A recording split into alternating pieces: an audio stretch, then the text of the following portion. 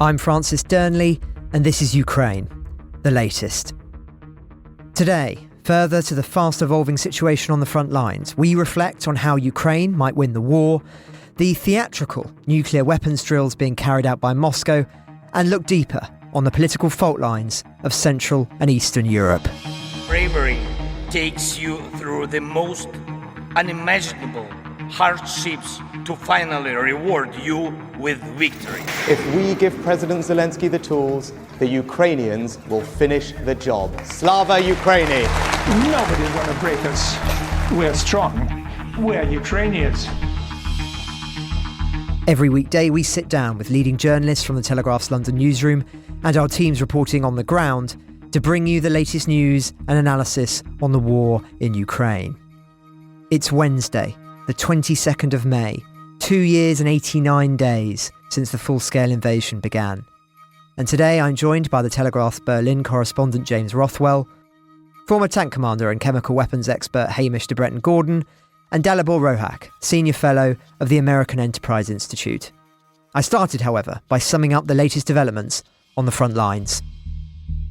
The Russian offensive in northern Ukraine continues and is achieving its objective, according to President Zelensky, of diverting attention from equally intense offensive operations in eastern Ukraine.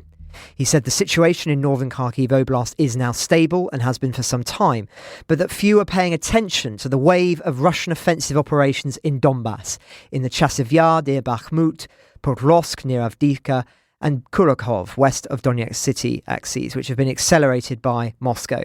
As we discussed yesterday on the podcast, it would appear that these Kharkiv attacks and possible preparations for an assault on Sumy, about 150 kilometres northwest of Kharkiv, are indeed intended to draw away scarce Ukrainian military resources from the more easterly front.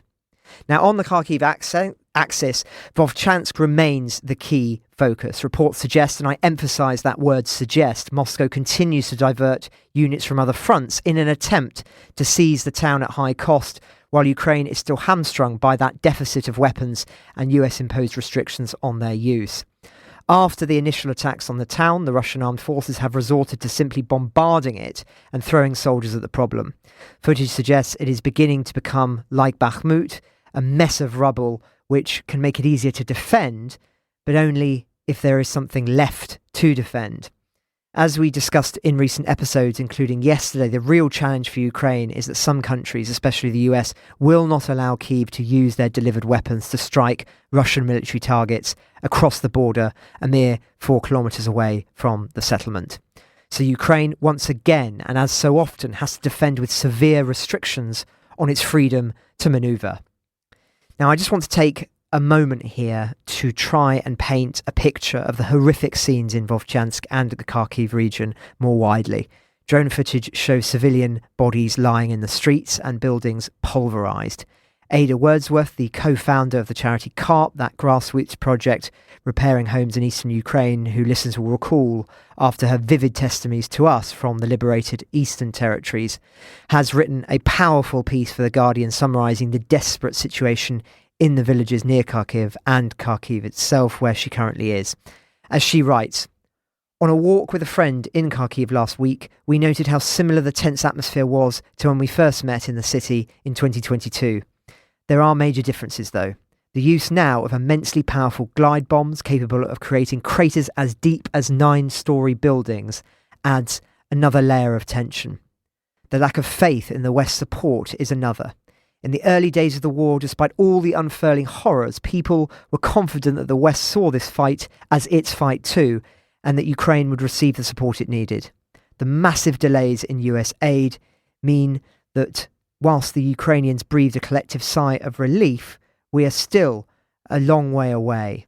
I don't know a single person who has not lost a loved one fighting in the past 6 months, and no one here can shake the belief that those lives might have been saved had the US passed the bill sooner. The Ukrainian army seems to have stalled the Russian advance on Kharkiv for now, but concrete action must be taken by Ukraine's allies to ensure that Kharkiv and the villages around it do not become the next Mariupol.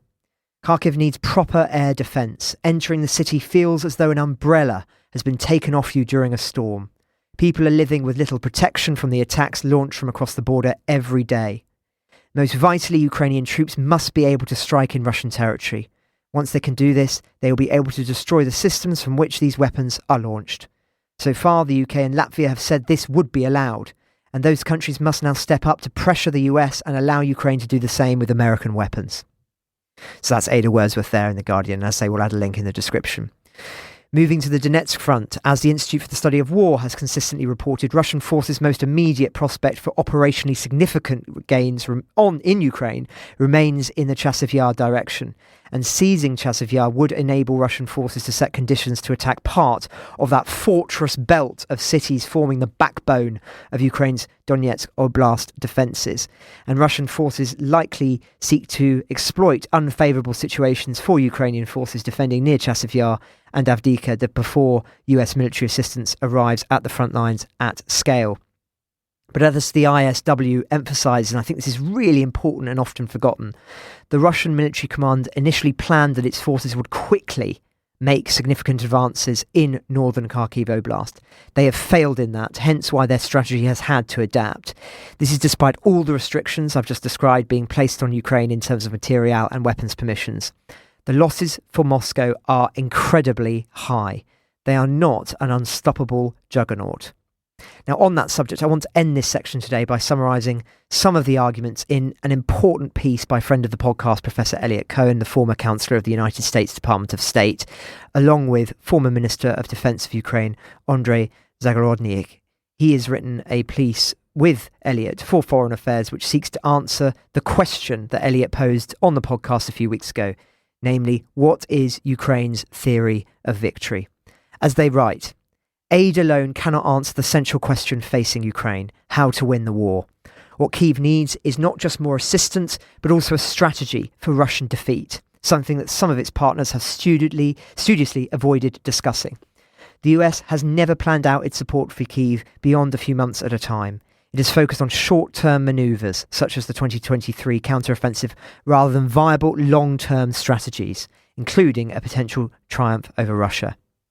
Now, Eliot and Andrei then posit the best methods of achieving that, including threatening Crimea and inflicting grave damage to Russia's economy and society. They argue, quote, it is a more realistic strategy than proposed alternative. That is, a negotiated settlement while Putin is in office. Putin has never agreed to respect Ukrainian sovereignty and never will. No sustainable long-term peace can emerge from negotiations with an aggressor that has genocidal intent. Ukraine and the West must either win or face devastating consequences. They continue. Coming up with a theory of victory will be much harder today than it would have been in 22. Since then, Russia has militarised its economy, preparing for a long war, managed to recruit hordes of soldiers and produced large stockpiles of equipment. But despite these successes, Moscow's land war doctrine is still unsophisticated. It centres on using small infantry groups with the support of a few armoured vehicles to attack various spots on a front line that stretches for over 1,000 miles. These tactics have allowed Moscow to make limited territorial gains, but only after losing enormous amounts of troops and weapons. Russia's losses, including as many as 1,000 or more casualties a day, roughly match its intake of new troops, which are of much lower quality. Each month, Russia is losing as many vehicles as it manufactures, and it is burning through its stockpiles. And importantly, Russia is facing both a labour shortage and resources shortage, the latter thanks to the combination of Western sanctions, export control measures, and a Ukrainian bombardment campaign. Russia's small gains, therefore, were only possible by its overwhelming advantage in firepower, which occurred only as a result of the disruption of Western aid. As such, they argue, to conclude, if Ukraine has enough supplies, it will be able to keep Russian artillery at bay. Enhanced air defences, including F-16 fighter jets equipped with long-range air-to-air missiles, would reduce Russian attacks on critical infrastructure inside Ukraine, as well as on units stationed near the front. With Russia's forces increasingly paralysed, Ukraine would then be able to use its Western long-range systems, such as ATACMS, to take down Russian command and control centres and air defence assets. The process of softening Russian positions and weakening Russian resolve would likely take about a year, after which Ukraine should reclaim the initiative. Kyiv should again launch limited counteroffensive then, which will allow it to retake key terrain. If these assaults are successful, Putin's regime could face a crisis spread of heavy losses and battlefield failures. Consistent with this, Ukraine's success must be ensured by the West mounting an aggressive information campaign to intensify the divisions over the perception of the war within and outside Russia. And then they go on and say further to that, there need to be economic fronts opened as well.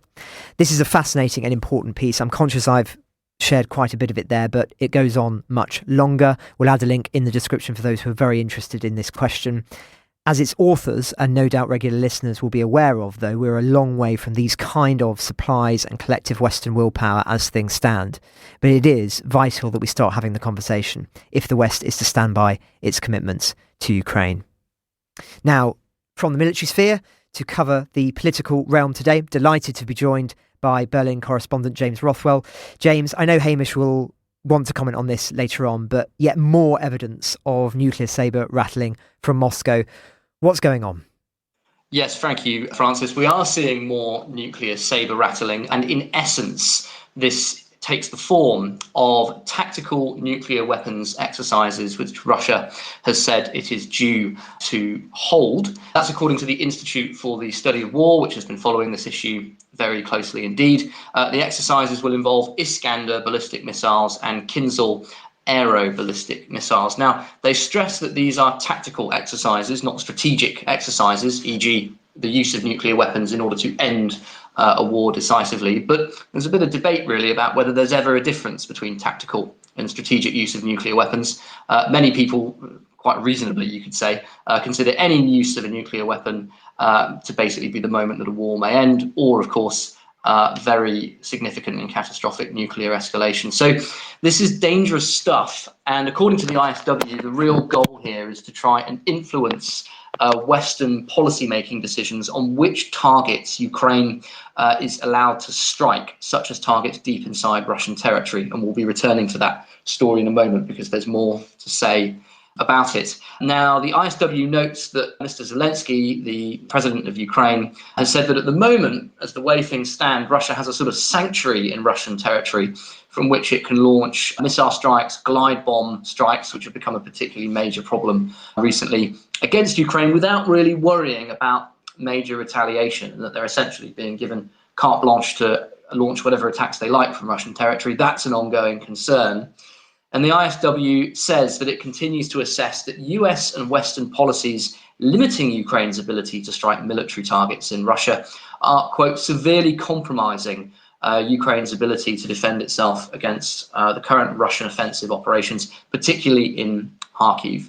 So that's a big concern. Just to sum up what's going on there, basically, tactical Russian nuclear exercises that were announced on May the 6th and will take place shortly, trying to, I was going to say influence, but bully, really, Ukraine and Western powers as they continue to discuss what's acceptable and what isn't in the concept of Ukraine selecting Russian targets. And I said there was more to say on that, and there is, in the form of a very interesting story, which has come out of Newsweek. Newsweek reports exclusively that the Pentagon's red line on Ukraine's drone strikes on Russian energy infrastructure is being scrutinized in Washington after an investigation, not clear if that's a US investigation or Newsweek's own work, found that some have targeted oil refineries which supply Putin's military with fuel for the ongoing war. Now, the report says that in early January, Kyiv started using drone strikes against Russian refineries. That's about 2 years into the war. Which blocked gasoline production in Russia and also cut Moscow's export revenues, which are, of course, a very important part of the country's war economy.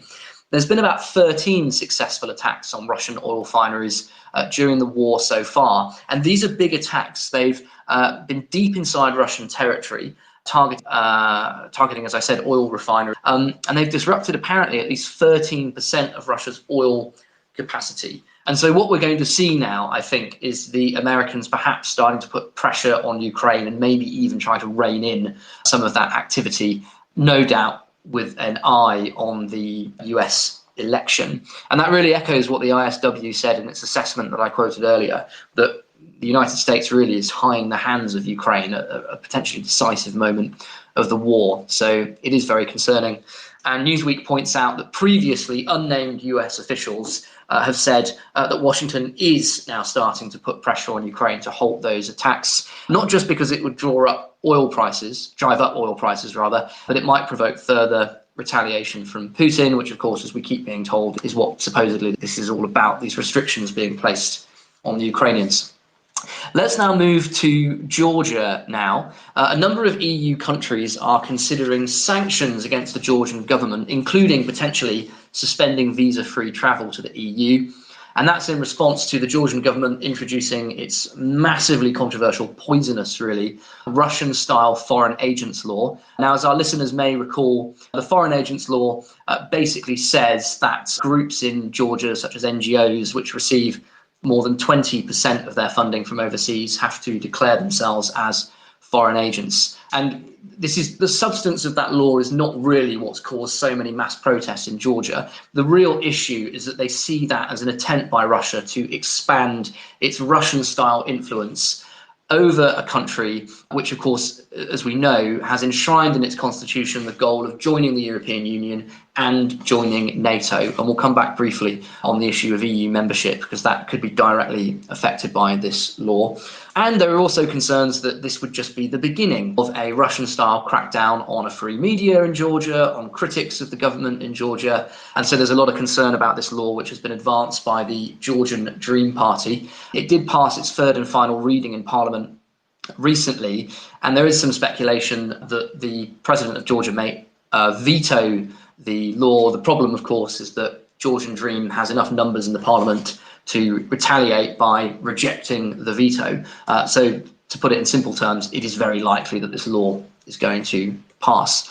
Now, those countries that are looking at imposing sanctions on the Georgian government are Estonia, the Netherlands, the Czech Republic and Sweden. We mentioned earlier that suspending visa-free travel is the main thing that they're looking to do. And they may also freeze EU funds going to Georgia. Now, as I said earlier, a big concern is that if this law comes into effect, it may have a pretty negative impact on Georgia's hopes of joining the European Union. That's a long-term goal of Georgia. As I said, it's in the constitution. And some have speculated that might be the real goal of this Russian-style law. It's not just about trying to restrict free assembly and free speech and the free media, as we said earlier, in Georgia, but that it's trying to basically sabotage the EU accession process, which of course would be a big win for Putin. At the same time, it's worth bearing in mind that if the EU proposed these sanctions, they'd probably be blocked by Hungary, which of course has got very close to Putin under Viktor Orban. So it's a little bit unclear at the moment whether the sanctions are being discussed just as a bit of political theatre in order to show the EU's displeasure with this law, or whether they're actually serious about it going ahead. As I said earlier, it looks pretty likely that Hungary would use its veto and block it. So it may never happen. Nevertheless, an interesting development on the Georgian side of the wider European story.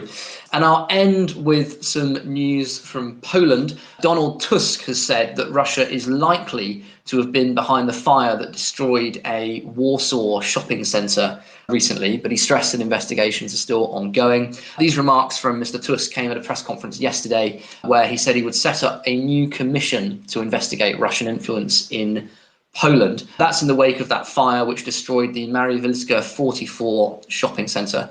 No one was injured in that fire, but it is the latest in a string of fires all over Poland in the last few days, and there's mounting suspicion that these, of course, are not accidents, but they are a part of a Russian sabotage campaign.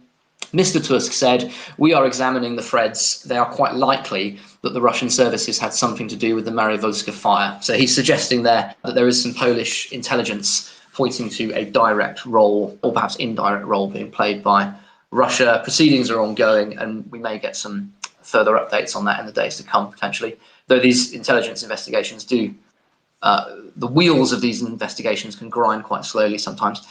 The shopkeepers, notes from Poland, which has reported this story, points out, are going to get compensation of 2,000 zloty, or about 400 euros, for losing their premises, which doesn't strike me as overly generous compensation for losing your business, but there we go.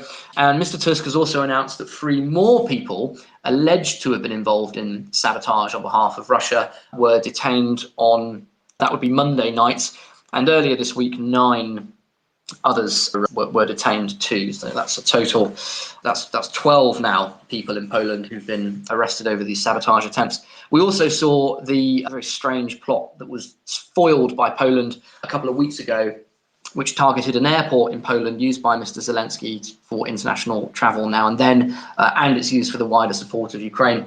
A Polish citizen is accused of carrying out surveillance of that airport as part of a wider plot to try and assassinate President Zelensky. Very disturbing. And of course, it comes back to what is, we've talked about it before, of course, a very big theme in Europe, which is that in addition to the war in Ukraine, there is a sort of hybrid warfare campaign being waged by Russia, attempting to carry out sabotage, espionage, but also perhaps to destabilize elections, to embarrass the West and basically undermine the West at any step that it can take.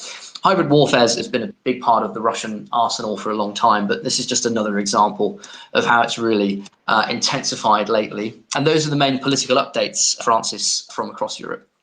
Well, thank you very much, James. That story from Poland is just extraordinary, and I think it would be an example of what we've been discussing for some time now, of that kind of escalation of the war entering various different realms, including violence, which I think is what the intelligence expert of MI6 was speaking about when we were quoting her on the podcast. I think it was only last week, talking about physical actions on European soil. That's not just assassinations of people. It could be these kinds of events. So thank you for covering that.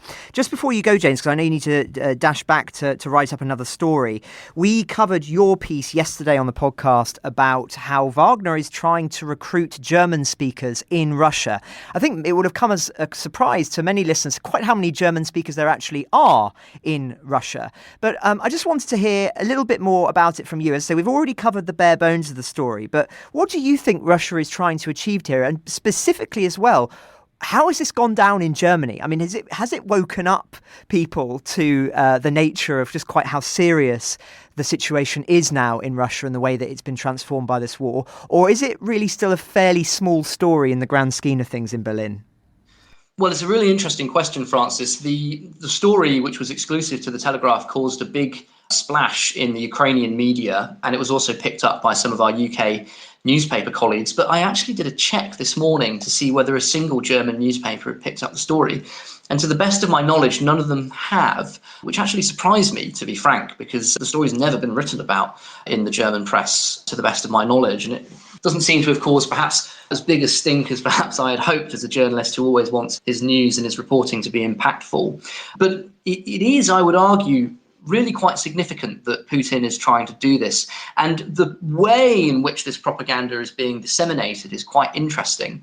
As you said, what the Russians are trying to do is drum up some recruits from a pool of about 400,000 ethnic Germans who live in Russia. These are Germans essentially who emigrated from Germany to Russia many years ago. Then they got stuck there during the Soviet rule when they were prosecuted and persecuted quite severely. And they're still a really marginalized community in Russia. They're sort of pockets of German and Russian-speaking, as I said, ethnic German citizens. The sort of vehicle for this propaganda is a number of Russian-German cultural associations which actually use the German flag in their propaganda material. So it's really quite embarrassing for the German government. And it's a case, basically, of the Russian culture and language being weaponized by Putin. Now, what we don't know is what impact this is having on recruitment figures. It is unknown at the moment whether lots of ethnic Germans are heeding the call to join Wagner, as one Russian-German cultural leader demanded that they do to prove that they're not cowards, as he put it. But we're talking about a large population group, as I said, it's an estimated 400,000 people. And I think really this is just another example of a minority group or a marginalized group being targeted by Putin in an attempt to basically drum up his numbers. We know, for example, that Putin generally avoids conscripting the Russian middle classes, those living in Moscow, and he tends to go for those ethnic groups who live out in places like southeast Siberia, who tend to make up the kind of lion's share of the Russian war casualties. They are cannon fodder in essence. I did approach the German government for comment on this story to see whether they had a view or whether they were surprised or disturbed by the fact that their language and culture is being used in this way. They did not respond to the Telegraph's request for comment. Well, fascinating. Thank you very much, James, for your time today, and good luck with the stories you'll no doubt be scribbling this afternoon. But I'm delighted now to turn to regular on the podcast, another regular, Hamish de Bretton-Gordon, former tank commander, of course, and chemical weapons expert, regular contributor to our paper as well. Hamish, thanks so much for your time today. James was speaking a few minutes ago about these Russia nuclear test drills, as it were. I imagine that you've got a few thoughts on that to start us off. Yeah, absolutely, Francis. And thanks very much for having me on. I think it's really important to unpack these nuclear drills. And as James says, it's strategic sabre-rattling. It's bullying. It's trying to get some of those supporters of Ukraine to think twice. But, and when we discuss, are these tactical nuclear weapons strategic or not? Well, I mean, I agree with James. It's absolutely strategic.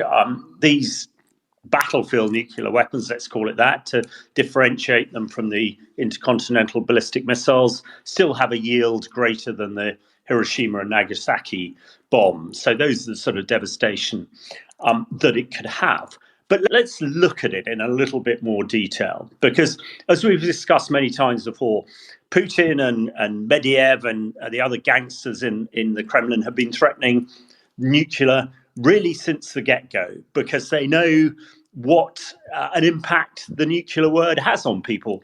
Only today, Deputy Prime Minister of the Tory party has suggested we all need to have 3 days' worth of water and tin food in case of any sort of disaster or impact. And the underlying thing there is the sort of the nuclear piece going back to the Cold War. But let's leave that for the moment. What I've done is I did post a tweet, an X, half an hour ago with the video that the Russians have put out from their agency TASS. And I think it's worth looking at it because it tells an awful lot of stories here. We've discussed in the past that intelligence coming out of Western intelligence, that a lot of the Iskander missiles, this is the missile that carries the tactical nuclear warhead. There are also the aircraft too, but we'll park them for the moment. We know that a lot of the nuclear warheads were taken off because the Russians are just short of missiles. So that is interesting. When you look at, I think halfway through the video, when they look at the warhead, it's all blurred. I would suggest it's blurred because it's not actually a nuclear warhead. It's probably a tactical one or even a dummy one. When you look at the movement of the team, the Iskander team, they're all incredibly bunched. I mean, I've discussed in the past how some of the Russian tank warfare is very poor. But, one HIMARS missile or ATACMS or Storm Shadow would take the whole lot out. So it's a really unprofessional way. And the slowness into action is incredible. If the Russians are trying to show that they're ready to fire these things and they're ready to go and all the rest of it, actually what they're showing is absolutely the opposite here. I think the other thing to note is these Iskander missiles have a range only about 400 miles, so they'd have to be right on the Ukraine border to have an impact. And as I've said, Ukraine now has the capability to take them out. The Russians know that Western intelligence is looking very closely at the nuclear capability, as Russian intelligence is against looking at our nuclear deterrent has with the Americans. So any potential move to use it would be very quickly highlighted. And without going into the technicalities of a strike from Ukraine, they have the capability to do it. So I think this is, again, saber-rattling, and we should call it out for what it is. It is a complete buff. I think also that there is a bit of concern. I wrote a piece in the iPaper today about the Iranian nuclear capability in the light of Raisi's death in a helicopter. And I'm sure Dom, being an ex-chopper pilot, will have a view on that when he comes back. But it is very clear on the sort of nuclear side that the Russians are becoming even more reliant on Iranian drones, Sheed missiles that Jones, we talked about a lot. And there is a big concern that there is a sharing of nuclear capability. And absolutely the last thing anybody needs is a nuclear capable Iran, which they're trying to do. However, having said that, when it comes to missile firing, without wanting to delve into another story, we know that when Iran did try and fire a whole lot of missiles at Israel, they were all knocked down. And I think that is also something that we should be cognizant with the Russians, that if they did want to fire an Iskander missile with a nuclear warhead, which I don't think they do, again, it would be shot down. So I think this is saber-rattling. Anybody feeling wobbly in some of the headquarters in Europe should take it as that, and do not make any decisions because you think the Russians, again, use a tactical missile from an aircraft or from a launcher, because I don't think they can. Well, thank you very much for that, Hamish. And as you say, we will ask Yum Dong Nichols. I remember you calling him, recalling your overlap in the army together. We'll have him back on at some point to discuss, yes, this helicopter crash in more detail now that we know a little bit more. It's an extraordinary story, and actually it does have ramifications for geopolitics too. But again, we'll discuss that another time. Staying with you, Hamish, though, of course, there are a lot of conversations about mass at the moment, mass tanks and the ability for Ukraine to effectively operate, and indeed Russia to effectively operate at the moment with the attacks around Kharkiv. Just wonder what your reflections are on all of that.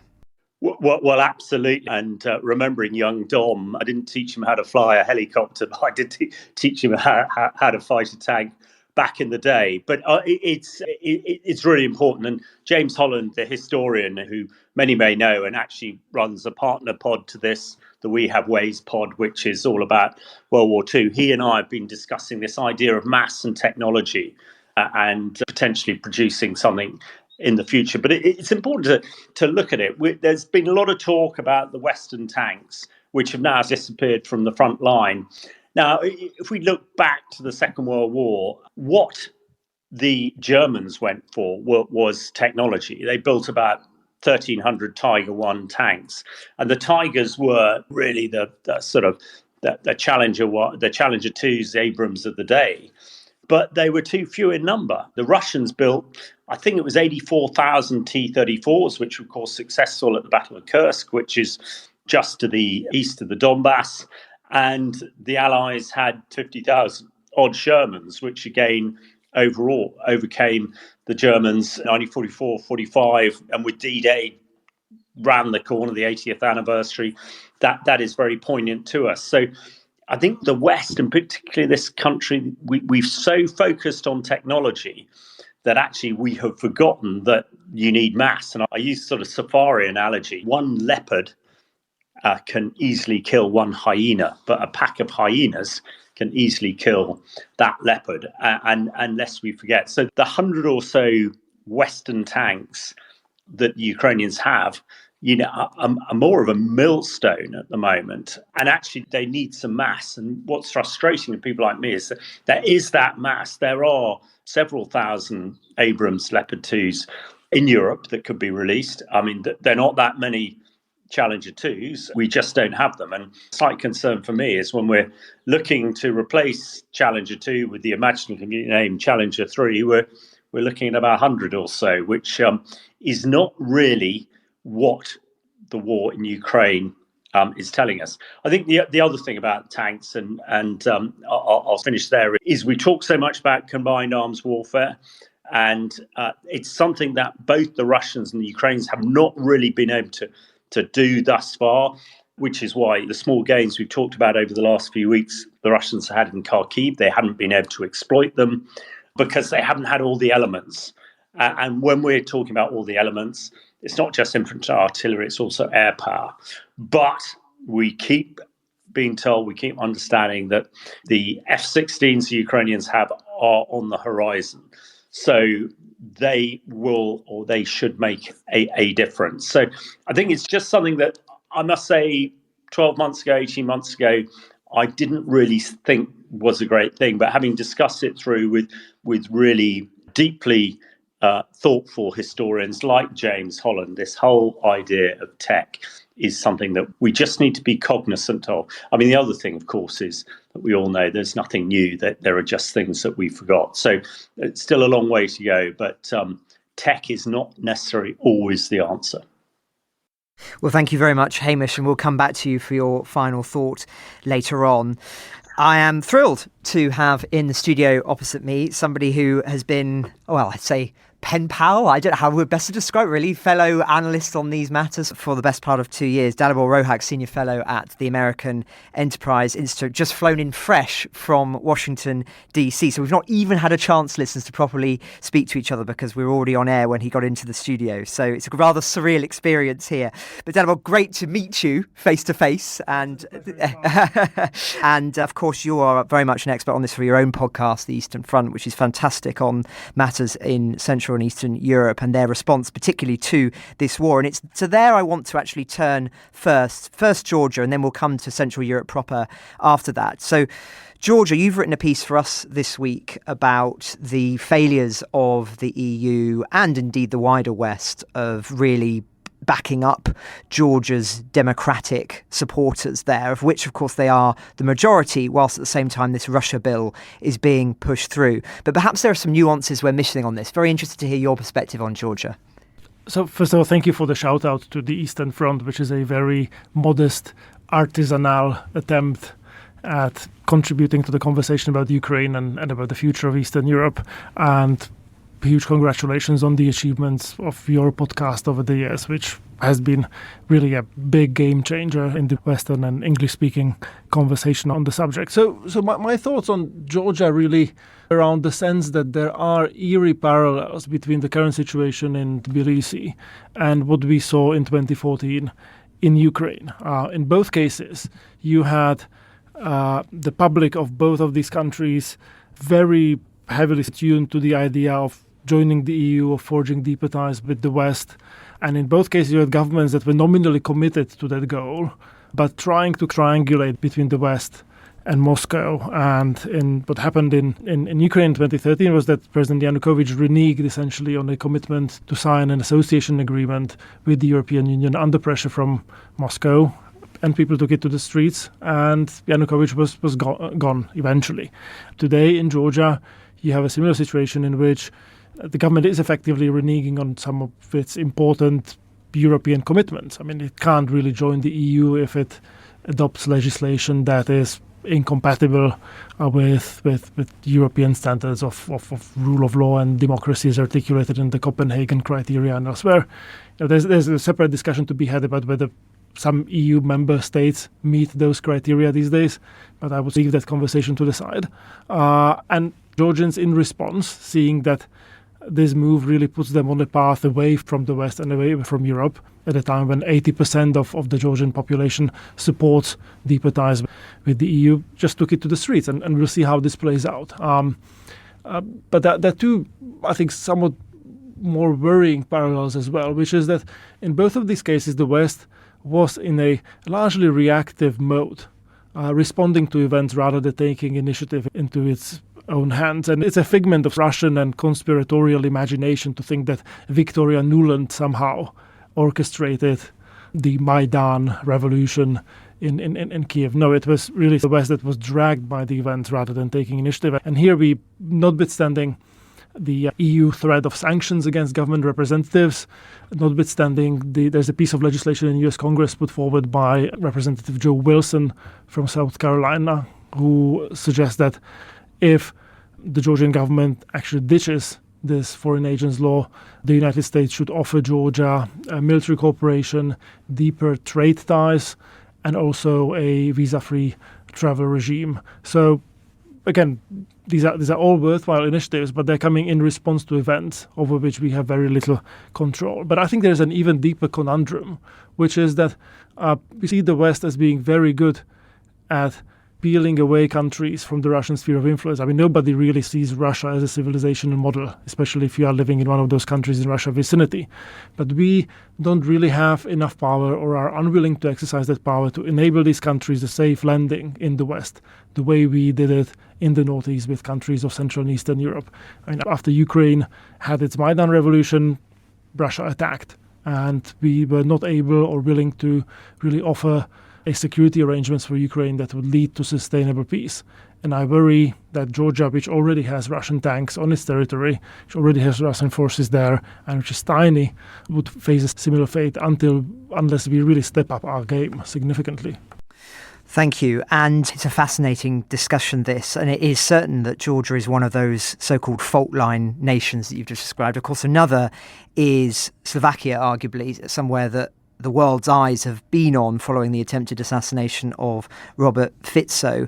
What's your view on Slovakia at the moment? I know it's a very complicated picture and there's a tendency sometimes to oversimplify it as being east or west at any given one time, but interested to hear your perspective on that country too. So just for the purposes of full disclosure, although I work at the American Enterprise Institute, your listeners might have guessed by now that I'm not an American by birth. I was born and brought up in what was then Czechoslovakia, later became Slovakia. 4 years ago, I ran for parliament in Slovakia unsuccessfully. So I've had some first-hand experience with the country and perhaps a view that's not totally unbiased, that's not totally objective. My sense is that Slovakia is a divided, polarized country which is facing the challenge, not unlike many countries of the West, of really finding a sort of modus vivendi between people holding very different geopolitical views, holding very different values. And as last week's shooting illustrates, a country that might be really on the verge of a cold civil war. And one of the fault lines really has to do with the country's geopolitical allegiances. Early on in this full scale of Ukraine, the Slovak government alongside the Czech one were among the most important Central European supporters of the Ukrainian cause. Slovakia, I believe, was the first country to donate fighter jets to Ukraine, its fleet of aging MiG-29s. Unlike in the Czech Republic, the very bold pro-Ukrainian policies did not really have the backing of a significant majority of Slovakia's population. Quite the contrary. So there's now a series of opinion polls done by Globsec, which is a Slovakia-based think tank across Central and Eastern European countries, that shows that Slovakia has the highest rate of pro-Russian sentiments among the countries that they surveyed. You have more than 50% of Slovaks that blame the war in Ukraine on either the West or the Ukrainians themselves, which is quite shocking for a country that is actually the next door neighbor to Ukraine. We can wonder about the roots of this, and there clearly is a very significant divide between Czech attitudes and the Slovak ones. Despite the common experience of Soviet occupation after 1968, I have some ill-formed thoughts about why that difference might be there.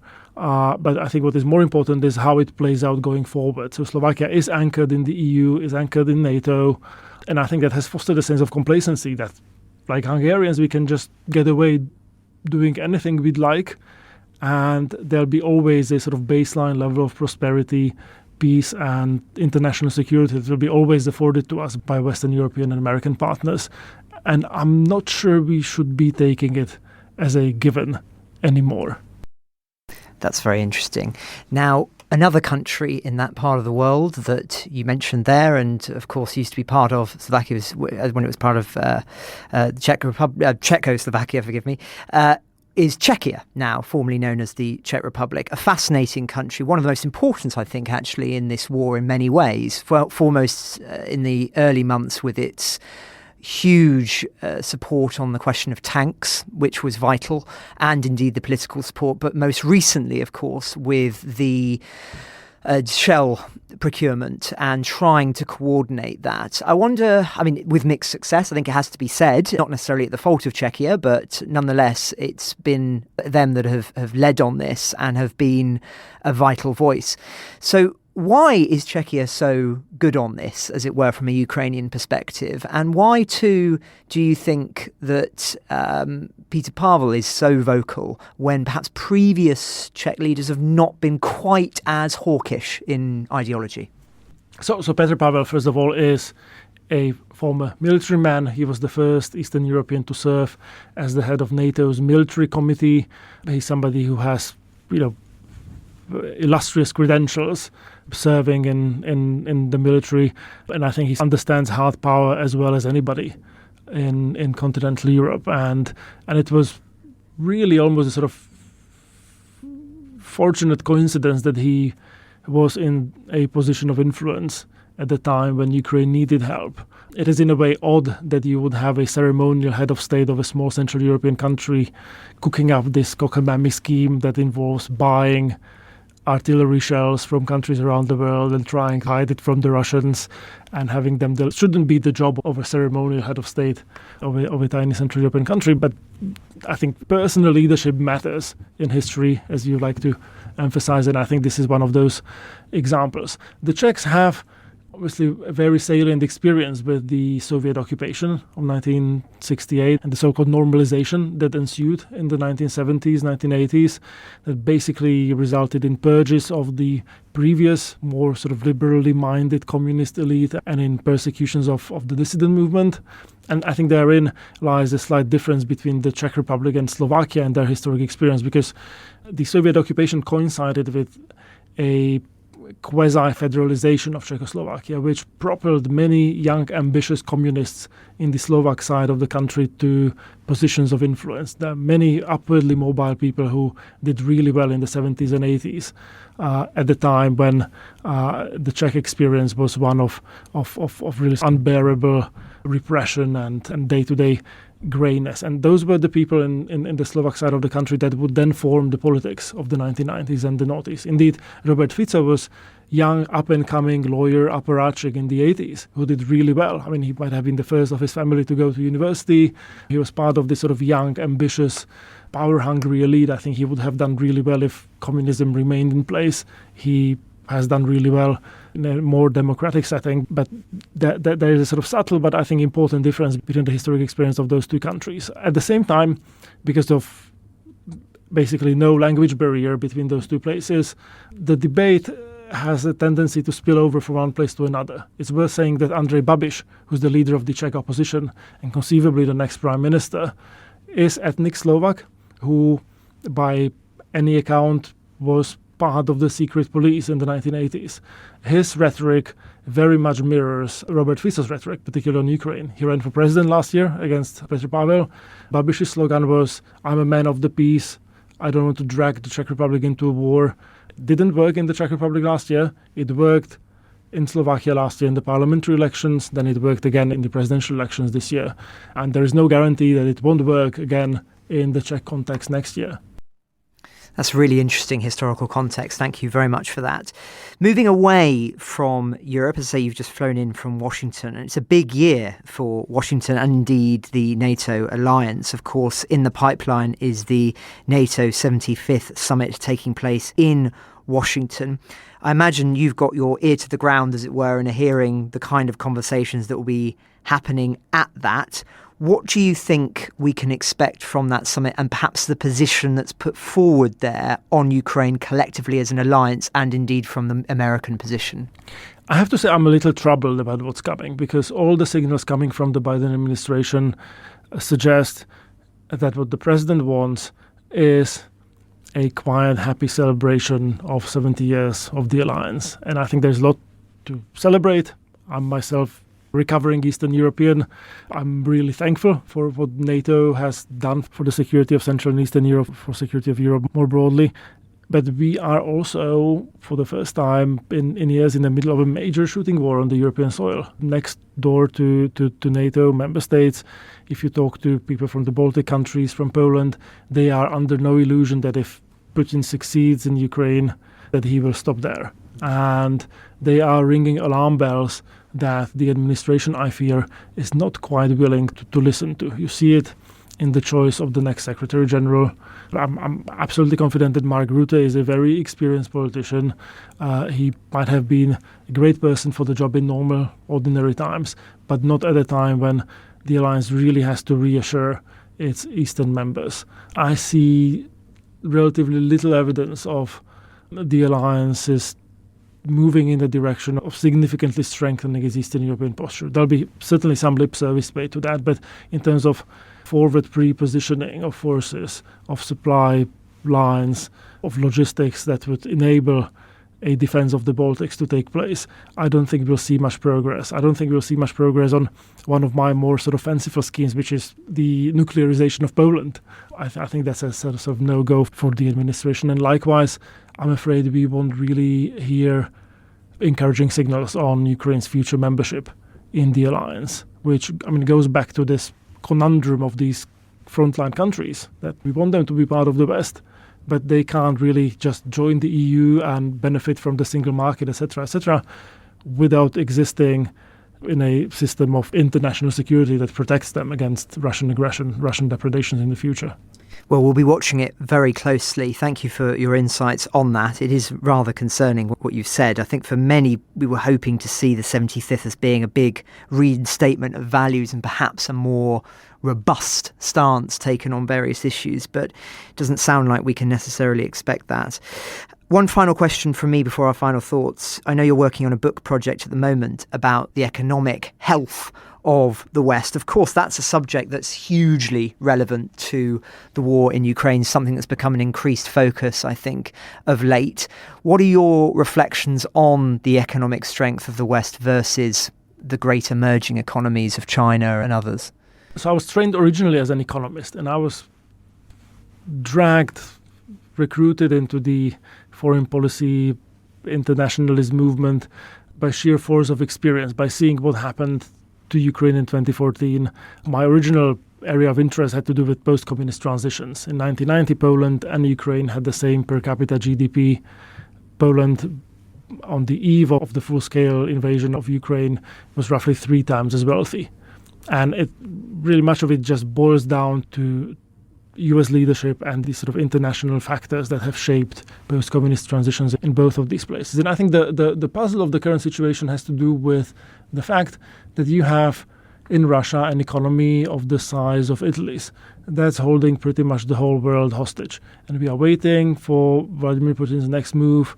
We are wondering what he'll do next. He's keeping us on our toes. And at no point we are doing the same thing to him. Also, it is significant that much of the so-called global south has decided to just sit this conflict out. It's trying to just stay as far away as possible, even talk to the Indians, people from Brazil, etc., etc. It doesn't concern us, just leave us alone.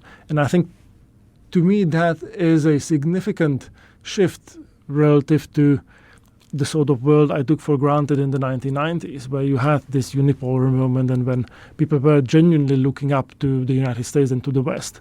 Obviously, things that have changed are twofold. One, we've seen since mid-1970s a slowdown in economic growth in the West. And I think there is a lot of fiscal pressure that constrains the military build-ups we'd like to see on both sides of the Atlantic. And indeed, the US budget is effectively bankrupt unless somebody reforms the entitlement system and social security, and there is nobody in either of the two political parties who's willing to do that.